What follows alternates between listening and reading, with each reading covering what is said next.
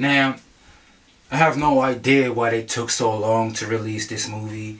I mean, there's a whole bunch of rumors behind it. There was supposed to be reshoots and all types of stuff. Obviously, Disney bought Fox and, so many things happened. But after watching the movie, I'm just thinking, you guys should have just released this movie a long time ago. You should have sold it to Netflix, Hulu, or something. I mean, the movie's kind of shit. Anyway, let's get this review out the way quick.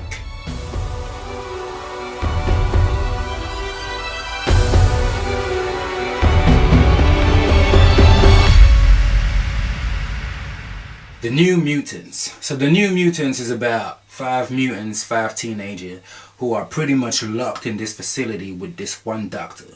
And I guess they're locked in there because they're dangerous and the doctor's trying to help them to control their mutant powers. But not really, because they can't really get out of the facility. It's got a force field around it.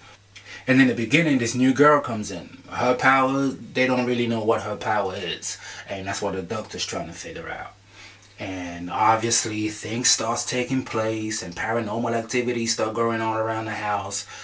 And they really want to get out the facility. They always wanted to get out the facility. But the doctor kept saying, you have to stay, it's for your own good, or whatever the case may be. But eventually they all get together and trying to find a way out of the facility.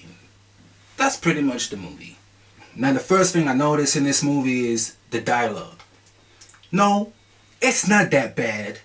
But it felt like the dialogue was either written for a kid's film, or it was the first draft and they said, you know what, don't worry about it, we're using this draft. Don't write another one, you know what I mean? The first draft is fine.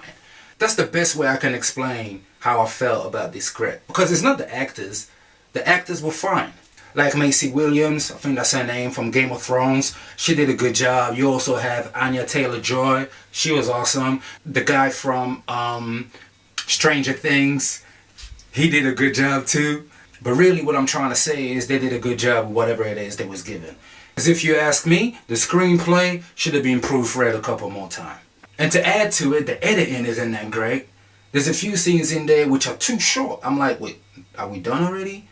And at the same time, there's a few scenes in there which I thought was way too long.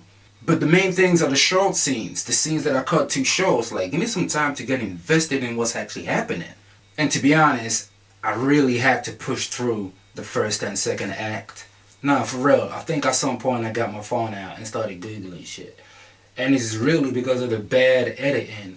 And also things just happen. They just happen. It doesn't really push the plot forward, really. And even if it does, you don't figure it out until the end of the movie. And I read comics. So, as I was watching this film, I kind of knew who was who and what their power was. So all of the suspense and trying to figure out what's going on was kind of gone for me. Because they kind of stick to the source material as far as their powers. But I'm thinking for the average moviegoer, I think they'd either get confused. And even if they catch on, it'll be like, oh, okay. What's the last thing you remember, Danny? He said we had to run. So like I was saying previously, the actors are great. I mean, they work well together. They got chemistry together. The main actor and Maisie Williams from Game of Thrones, they have a little relationship going on. You know, they got good chemistry together. It works, you know what I mean? So the actors themselves did a good job. Sometimes they had to push hard to deliver some of them lines. But the movie lacked substance, and the movie let the actors down. It's like the movie doesn't know whether it wants to be a horror film, a superhero film, a fantasy film. It's confusing as hell. And to elaborate on what I was saying about things just happen in this movie is that, you know, something would just happen and you need to connect the dot. And it's mainly because of the bad editing. And I know what you might say, that most films are like that. Sometimes, you know, you're watching a film and you have to connect the dot yourself. And usually at the end, there's a satisfying reveal and it's a good movie. It's not the case in this movie. Because something would take place somewhere. And something else which is related to that happened elsewhere. But the way the movie's edited, you won't know. For example, there's a character in there, when they get emotional, things happen. But the thing is, the way I figured it out, is that it doesn't matter what emotion she's having. She could be sad, happy, horny, whatever the case may be, something's gonna happen. So she could be over there kissing somebody while she makes a monster kill somebody else over there. So the two are related. But the way the movie presents that to you, you'd have no idea they're related. Honestly, I was watching it with somebody else who didn't have a clue. I kind of had to be like, yo, I'm guessing it's her every time she gets emotional. Something happens elsewhere that's got to do with her powers or whatever. She can manifest whatever. Don't want to spoil the movie too much, but that's basically it. So there's no connection. Hence, at the end of the movie, where there's supposed to be a big reveal, you don't care. You're like, oh, okay. And you know what? That says it all. Because to be honest, the movie starts at the end. It ain't until the end that you're like, okay, oh, so that and that.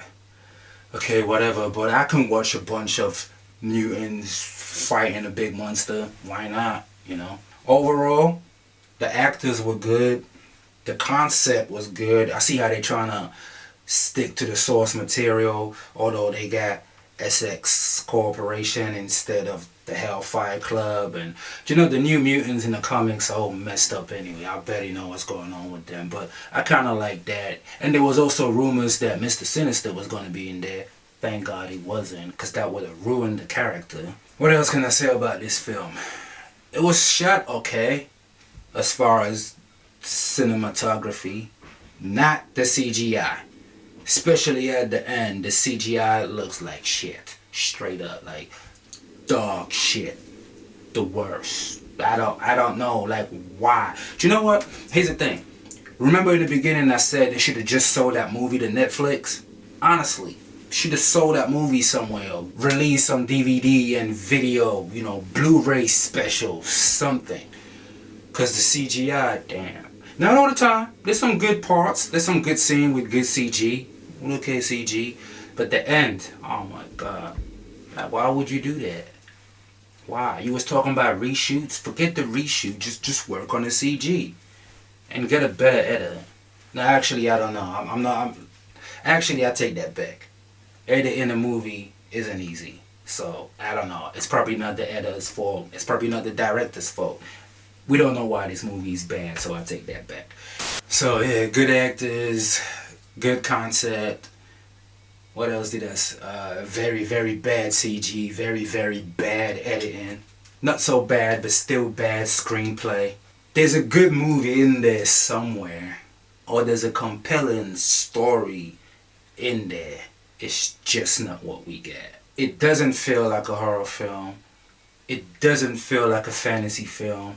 It doesn't feel like a superhero movie. I don't know what it feels like, but whatever it feels like, it feels wrong.